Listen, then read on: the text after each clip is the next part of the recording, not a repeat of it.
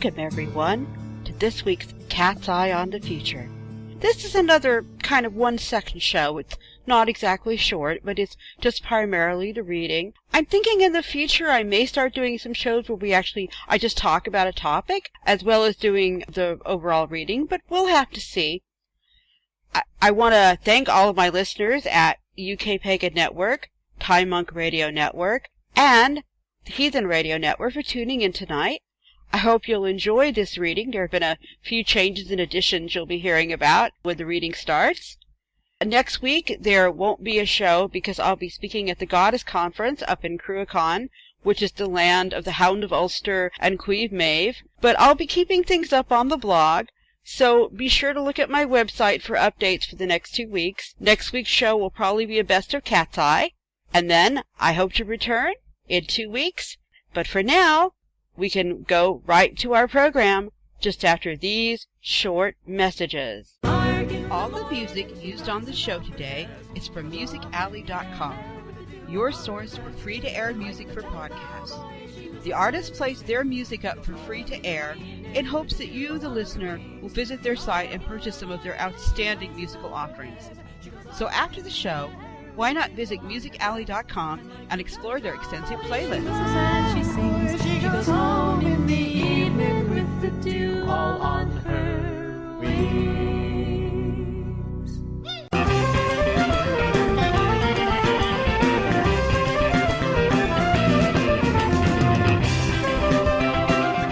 Do you have questions? The cards have answers. If you would like a personal reading with Melody, just go to my website, melodipsychicreadings.com. That's Melody with an I, psychicreadings.com, for information, or email me at melodyreader@gmail.com. Readings are available using Skype, phone, email, or even in person if you are lucky to live in Ireland. Why not find out what special messages the cards have just for you and book a private reading today? See me from beneath the sea, the best in all of Ireland. See me from beneath the sea, the best in all of Ireland. Welcome, everyone. Now, tonight, I asked the question a little bit differently, just to make it a little more interesting. I vary the way I ask the question occasionally, especially so that we just get some different input. Now, this week I asked, what are the most important energies and or events coming up in the world of current events and also influencing individuals for the week of November 18th through 24, 2013? Okay, first off this week, I'd like to welcome the inclusion of some cards from a new reading deck. This deck is based on the traditional tarot, but it has a bit of a twist. It's a deck created by veterinarian Deborah M. Given, and it has all 78 cards of the tarot deck. They're all illustrated and shown from the viewpoint of cats. And it's called the Cat's Eye Tarot. Yes, there's a similarity to the name of the show. It's sort of where I got the idea. There have been other tarot decks out there that use cats and cat people and various cat decks, but this is the first one I've ever seen where the cats are simply very realistic. They're just cats doing what cats naturally do. Now, Miss Given has generously given me permission to use her deck here on the show and in my blog, and you'll be able to find links to her website, her veterinary practice, where you can buy the cards up on my website, so go and take a look after the show if you're interested. Meanwhile, my old fans, don't worry. Our favorites, the side card deck and the runes, are not going away. I'm just going to be adding another source of information to help us figure out the readings here. As a psychic, I've discovered over time that to keep from stagnating, a lot of times it's very helpful to occasionally bring in and learn or explore new types of divination or just new decks or new ways of expressing, because it tends to bring in a slightly different perspective. Just like we've seen with the runes and the side cards, sometimes they're even kind of saying the same thing, but usually there's a slight difference because just the way that the cards or the runes work slightly differently. Okay, that said, let's look at what the cards have tonight. The first 4 cards I used are, in fact, side cards. The next 2 cards I used were the Cat's Eye Tarot. I'm less familiar with it, So I'm going to be gradually introducing it over time, and then I'll follow with the 2 runes at the end to sort of sum things up, because these runes just seem to do that really well. Now this reading starts out with a card I call the Castle Tower. This is not the Tower of Destruction in a standard tarot deck. If I had invented this deck, I would not have called this card the Tower. I would have called it simply the Castle. But the author chose to call it the Tower, so I always have to explain this because it tends to confuse people. I see my clients' eyes get big when this card shows up and I have to explain, no. That in this deck is the card Destruction. We do not, thankfully, have the Destruction card this week, but we do, in fact, have the Castle Tower. But either way you look at it, this card is a picture of a strong castle on a hill, easily defended and imposing with great walls, and just standing there as a fortress for military defense. As the starting card for this reading, it suggests actually that matters of defense, strength, security, and containment are all going to be big players this week, especially in the headlines.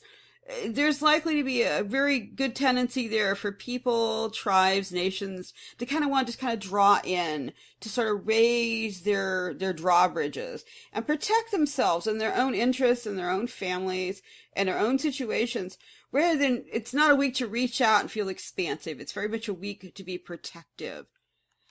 This card is followed by the Liar card. This is not a card you really want to see at a reading, especially a current events reading, because the Joker on the card is kind of the ultimate symbol of distraction. He's falsehood, deception, and of course, obviously lies. He's obscuring, he's dancing around with a puppet, and he's hoping that the audience won't notice sort of the man behind the curtain. There's literally a curtain on the card.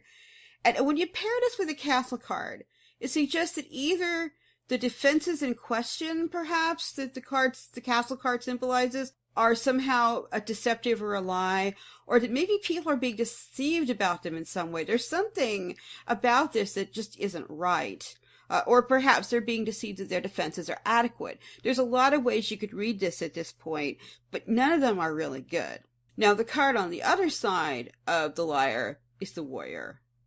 This makes the Liar card a bit even more concerning, because now you have not only the defended castle with a Liar card in front of it, but you have the defender himself, the person that would normally be defending that castle, caught in whatever sort of falsehood, deception, distraction, or even lie as well.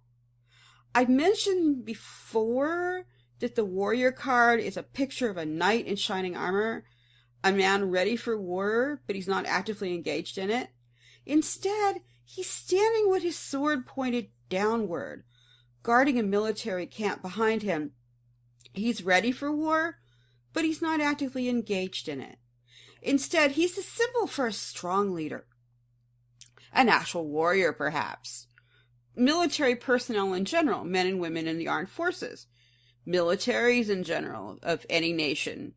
Combat, he can symbolize. It can actually symbolize war or battles. Very often in private readings, what he symbolizes is symbolic warfare, like arguments or having a battle with your spouse or a conflict at work, or on a current events thing like diplomacy, with kind of war by other means. This has come up before, and I just keep repeating it because the energies are kind of repetitive here, but we have both the potential for actual violence, but also the potential for just sort of verbal and symbolic violence. He can also, when a private reading, suggest that a client or someone needs defense or protection, because that's also what he is. So you have the castle where a person can kind of reside and be protected, and then you have the image of the protector or the being that oversees that siege.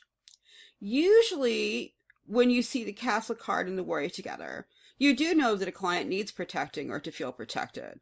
Perhaps they're even protected by something or someone, and that's who the card is aiming at. But when you add the Liar card in there, suddenly the reading suggests a whole new meaning. That this protection may be false, it may be illusional, it may be misplaced, or it may just simply, just not exist, really. The warrior card itself is followed by the work card. Now, this is a card with cogs and gears and wheels. It can be about spiritual work. It can be about, the work of your life path, depending on the type of reading. But usually, this card is about mundane jobs and work. That's what's on it, and that's kind of the feel of things to it. So things like employment, especially in a current events reading, it's about jobs or perhaps a job that needs being done. When it's not actually about employment, it's about work that needs to happen or something on some issue. There's work that's going wanting, that needs to be accomplished. So now we have literally the work of the warrior, which of course, if you put that in modern English, would be, a soldier of some stripe, is being in some way played false, distracted, or deceived, possibly in matters considering actually of defense or protection. Now again, the work of the warrior isn't always on an actual battlefield. I said soldier, but it doesn't have to involve violent confrontation or actual people in the military. People can be warriors for a cause, an idea, a belief, or even warriors for peace. As silly as that sounds, actually, I've known people like that. Anybody who's very intense and fighting for something tends to have this kind of warrior mindset. It's that sense that someone has a warrior personality or outlook. They may be engaged in fighting for something in the public arena or press or politics that seems to be at stake here. And yet our example is a modern courtroom can also be seen as a place of defensive and offensive warfare. And it's also a place where work takes place. So we could also be talking about the kind of quote-unquote warfare or warriors between lawyers or any sort of serious competition, sports even, in the worlds of finance, corporation, politics, diplomacy, as well as, of course, athletics. However, the thing to remember this week, in terms of current affairs, is that whatever this reading is seriously impacting, and I'm not really sure exactly what that is, but I'll give a few possibles in a moment. There's something false, deceptive, just generally unwholesome and icky about either the subject itself or the way in which it's being presented. It just doesn't feel right. This may be a week when a really high propaganda level is going to be out there. Some politicians or national news broadcasters in some countries, or just, the various propaganda machines, even corporations, commercials, they may be taken to kind of new heights. You want to listen really carefully when you hear something startling or strange in the news this week, especially if it has an element of conflict or it's about conflict or something it just doesn't make sense.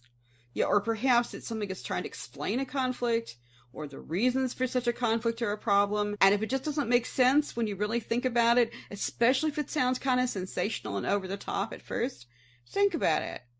Because it may actually just be that kind of, not outright lying necessarily, but deceptive information, sort of truth kind of twisted around a bit to make it a little bit different. So from our side cards, we get this basic concern. Basically, our concerns are defense, conflicts, and work, all overshadowed in some ways by lies, deception, and falsehood. So that's our side cards. Now, let's take a look at our two new kitty cards and see if we can get any more insight from the cats into what these previous energies might be about. Now, the first card is the Kitty Knight of Cups. This is a really cute young cat.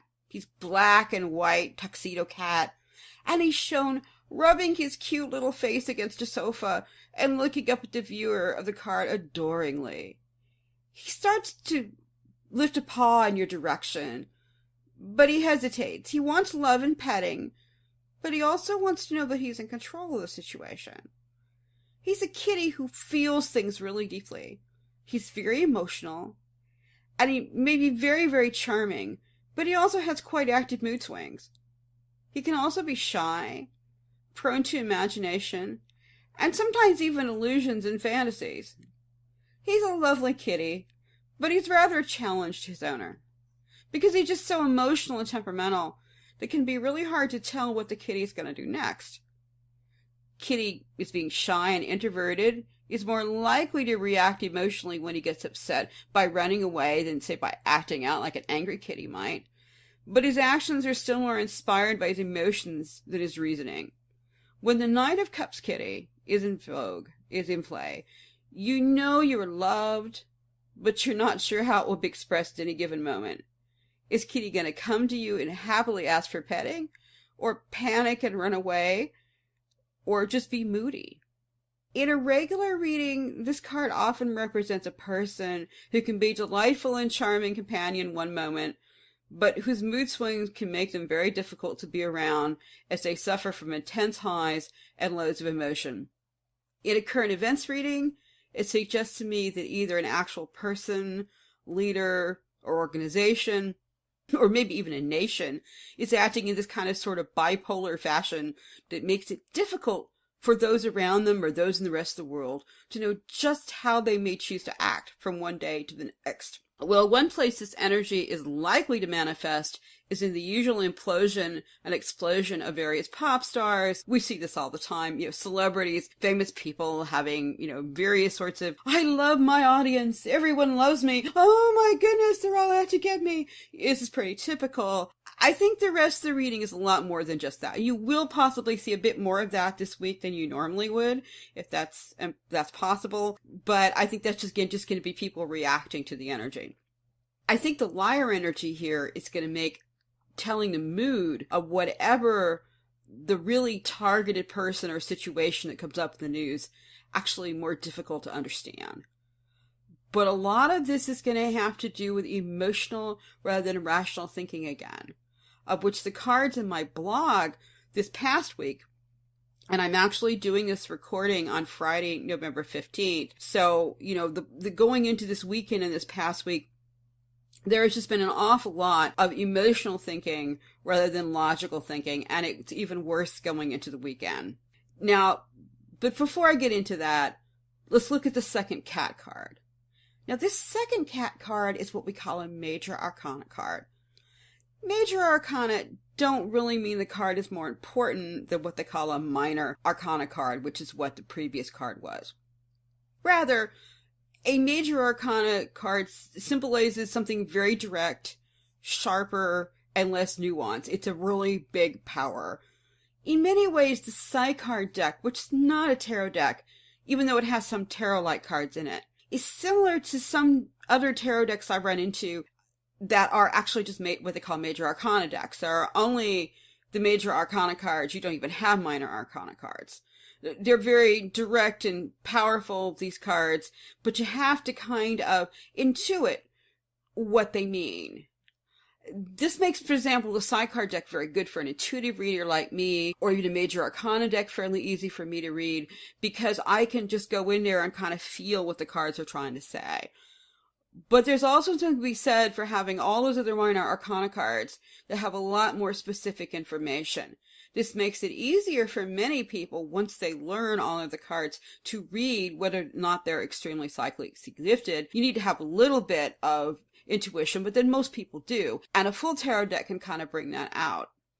But, the Major Arcana card may not be more important than a minor one. When they do show up in a reading, it's usually a signal that it's time to sit up and pay attention. Because these cards just really, when they show up, they tend to sort of bring a sort of presence with them. And I think that's really true in this case. That's because the second kitty card is the card Justice. Now, Justice in this deck is a blue oriental cat. It's a cat similar to a Siamese in looks, but he's all gray in color. He may be a Karat. My husband used to have a Karat as a child. A Karat is one of a number of cats which are called Oriental, which all tend to come from the Far East. And they tend to be, your sort of classic, we are Siamese if you please. We are Siamese if you don't please. They are very sleek, usually cats that are associated with very high intelligence. They tend to be very talkative, and they tend to be very self-possessing. People tend to either really like them or they tend to be not care for them as much. They're cats about who there are a lot of strong opinions. But anyway, this is a blue Oriental cat. And he's returning home to an orderly and precise household via the window as the sun goes down, which you can see in the background. He's a cat for whom everything needs to be in its proper time and place. Order, balance, rules, and personal responsibility are the guiding principles of the Justice Cat. He faces the reflection in the window of a bookcase, scales, and a lamp, and these symbolize the things that are important to justice, along with the light needed to reflect the balance. This card in most readings is going to be pretty simple. It's about knowing that you simply can't evade responsibility for your actions. Life is full of both opportunities and challenges, and what you choose to do with them is your own choice, but it's also your own responsibility, as are the consequences. It is, to me, very much also a karma card. This card reminds me of the Harvest card in the side card deck, because you're gonna get out of what you sow, what you put in the first place. As you sow, so shall you reap. And, it's just how it is. And this card is very much, I think, about things coming into being from what has been done before, the action and the reaction. So taken with the rest of the reading, it suggests to me a time of justice, balancing, or possibly reorganizing is coming. Possibly for an individual, an organization, a situation, a nation. Again, these are not mutually exclusive. These energies affect everybody. But again, we're trying to figure out what is most likely to be the big focus, or the several big focuses in the headlines this week. But the big thing is to remember is that the center of all of this is going to be an emotional response rather than a rational one. I can think of a couple of North American examples where these energies all fit together very well. Again, they're not limited to North America, but these are the two that really come to mind as examples. These energies, as I said, influence everyone to one degree or another, but I think these are certainly the ones really living, obviously, out there, at least for someone who follows the news in the United States quite a lot. One of them is the current healthcare debate and political firestorm, which is going on between the U.S. Congress, the administration, the insurance companies, the medical industry, and the general public, all of whom are fairly defensive. They feel under siege. Remember, castles were designed to protect from siege warfare. Siege warfare is when you go inside your castle and an army sits outside and they try to knock down your walls or try to starve you out. Throughout the Middle Ages, there were very few times when castles were actually taken militarily in warfare. A castle is a really, really, really strong position. What tended to happen was people were just worn down or starved out, because eventually you ran out of food and water. Sometimes these sieges could go on for 2, 3, 4 years until, people were just practically ready. They were just dying on their feet and they might give up. Or castles are sometimes taken over by betrayal on the inside. The classic one is, someone is paid off or blackmailed into opening the gate and then the castle is taken. But until you get to the age of cannons and gunpowder, the castle is really a fairly defensible position. But you have to have enough stamina or supplies to be able to weather it out. And I think there's a lot of different players in this that are each hoping that they're going to be the ones inside the castle and they can wait out the other people. There are also a lot of claims and perceptions of lies, probably real deceptions and falsehoods all over the place, enough to really pretty much go around, including self-deception on the part of probably a lot of the public, as well as actual deceptions on purpose and unintentional distractions, especially the public believing that they were getting in terms of coverage and what the reality is proving on the ground is something quite different than what was originally envisioned or imagined, I think, at least by most people. I think a lot of people are now kind of going to war over this issue, not just the public, but also all of the above. And again, lots of battle imagery is coming everywhere from talk and coffee shops to the halls of Congress and the courts. Again, the courts being a form of ritual warfare. Work is obviously being affected both in the need for more work to be done on this issue, because obviously the creation isn't quite rolling out as expected, and from the viewpoint that this plan is very much entwined with the workplace rules and requirements in the United States in terms of how companies would be expected to provide coverage, who gets what. Again, employment and labor work, very much unions, very much involved in this. Then we have all the emotional reactions up and down on the part of lots and lots of people. And, some might even argue that the Knight of Cups, with his little tuxedo, bears more than a passing resemblance to the rather mercurial occupant of the White House himself. Looking very smart again in his wonderful clothing 1 minute, Mr. Cool, and then morphing into testy and defensive the next. This is not a political statement one way or the other, but it is very much a description of the way I think a lot of, at least his public persona, is often perceived. Then, of course, we have the justice, both in the actual realm of the courts and Congress, but also in the sense of mistakes and decisions made in the past, now coming forward towards their ultimate conclusion. I mean, the U.S. president even sort of alluded to some of that in his talk he just gave in his press conference, when he said, we should have been more aware of certain things. Well, yeah, they should have, and because they weren't, now that justice is just moving forward. It's not that, in that sense, justice is not emotional. And it doesn't matter how people react emotionally to the actual sort of karmic aspects of this, because judgment is sort of your very, in this case, is sort of your very opposite of your emotional reaction. People can make emotional judgments, but judgment itself is very much you did this is the consequence. The other major place I see this energy manifesting in the U.S. is the whole idea of homeland security.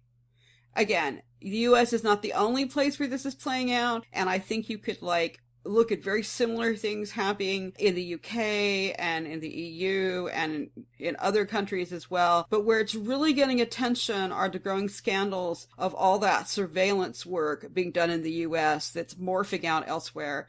This is supposed to somehow keep the American people safe. This was the excuse. That's that castle. We're under siege, so we have to build our walls, and we have to be defensive and send out warriors because we may be under attack.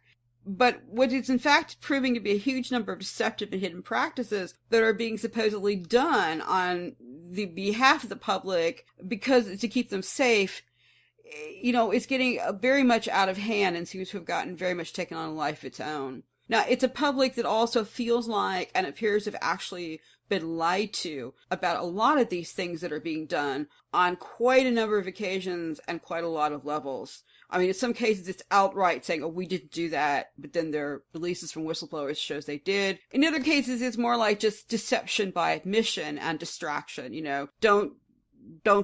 don't mention it so you don't know about it, or hey, look at so-and-so pop star over here, isn't she cute, or isn't she strange, or isn't he weird? Don't think about it. It appears that a lot of these programs that the NSA, now we know the CIA and other groups may have come about, as much to do with emotional thinking as a more rational sort. Now, again, I'm not sure about that, because I'm sure there are a lot of judgmental and rational people involved in this as well. But the overall excuse, or the excuse put forth to the public, relies on the kind of emotional thinking. You're under attack, we must protect you. Now, much of these deceptions, the spying on the public, both at home and at work, is coming to light, and it's now being weighed in the court of public opinion, as well as the actual law courts, both in the U.S. and particularly in other nations. Again, that whole idea of justice is spreading in this case, and you also, of course, have the whole idea of the Department of Justice, which is a agency in the U.S. who oversees the courts and a lot of these other things, and they're all tied up with this whole mess. There's a lot of other places and situations this energy can and probably will play out, as I said before. But that just gives you two examples on how to recognize this energy when it starts to happen, maybe in a situation near you, and you can kind of sort of analyze it in the way that I've shown here. But finally, to sum up though, we still have the runes. And the runes are also influencing these two situations as well as many others. The first rune is Isa, which means ice or frozen water. And the second is Daguj, meaning dawn or a new day. Now, the ice rune suggests that despite all the emotional thinking running around out there this week, in a lot of ways, things and situations are likely to just become stuck, frozen, and just seemingly to go nowhere. So you're going to have a lot of emotional fireworks or responses, but you're just not going to really achieve much. This rune may actually be about weather in many parts too, especially I think in the north, with ice, snow, and frozen water.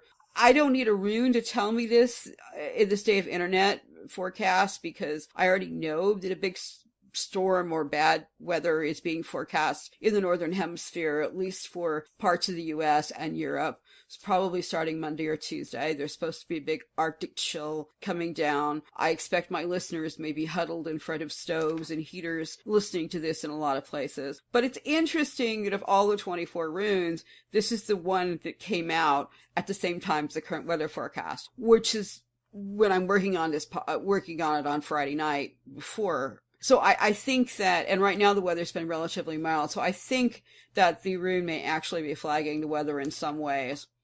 But it's more likely that it's also about the situations simply freezing, the situations we were talking about before and others, and just refusing to move forward for a while. Then they're probably going to be followed towards the end of the week with kind of a gradual sunrise period, because Daguj is the sun at dawn, and it's kind of the faint rays may start to kind of melt things a bit and help the rest sort of get a restart button. It's not that Daguj is exactly going to make everything bright and shiny and clear, but it's sort of like the beginnings maybe of at least a bit of thaw. However, Daguj, like all solar runes, has aspects of fire in it, which include things like electricity, nuclear power, and even the sun itself. So stories about any of those things, electricity, nukes, nuclear power, the sun, are like solar flares, that kind of thing, are likely to be in the news this week. It wouldn't surprise me also if a large storm or ice resulted in actual power failures or other issues. And also, remember that Japan is the land of the rising sun. And it has been noted before that Japan hopes to contain their nuclear reactor accident in Fukushima with a literal wall of ice, which would be Ise, and a little wall of ice going around to try to contain things. These two runes have come up before in relation to Japan, and that was the week that I first heard about the ice wall originally. So I'm bringing that up because there may be a tie back again to that story. Don't be surprised if you see references to that, or to Fukushima, or to, the ice wall. I'd be very curious if that were to come up. It isn't always true that every week is nothing but doom, gloom, and worry, however. But any week when you have the liar card as a major player, things tend to be a dicey and touchy time.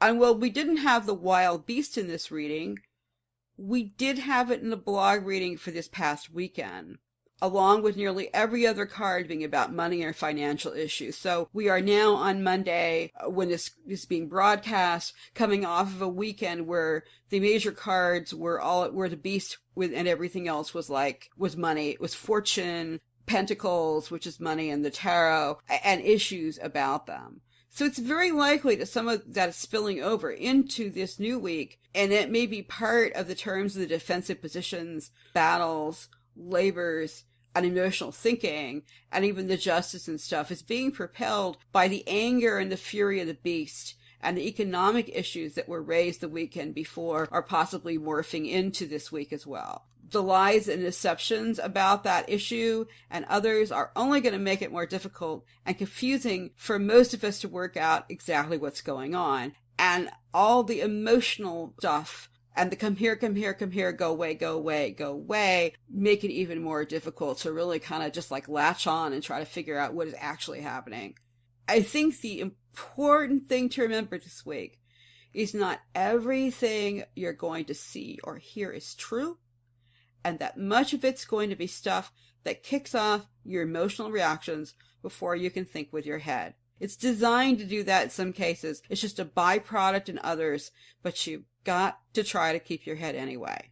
both in your personal life and when observing the current events world, you've got a lot better chance of navigating this period and avoiding becoming personally stuck yourself if you try to stay grounded, if you try to stay, just aware, and you try to think before you react. Even if your emotions are reacting without you, which can happen, you just need to breathe, sit still, center yourself, and then look and examine.